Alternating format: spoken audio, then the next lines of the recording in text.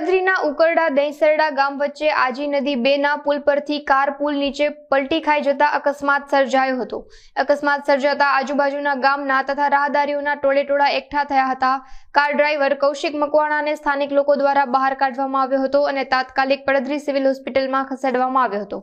પડદરી civil hospital બાદ વધુ સારવાર માટે રાજકોટ સિવિલ હોસ્પિટલમાં ખસેડવામાં આવ્યો છે।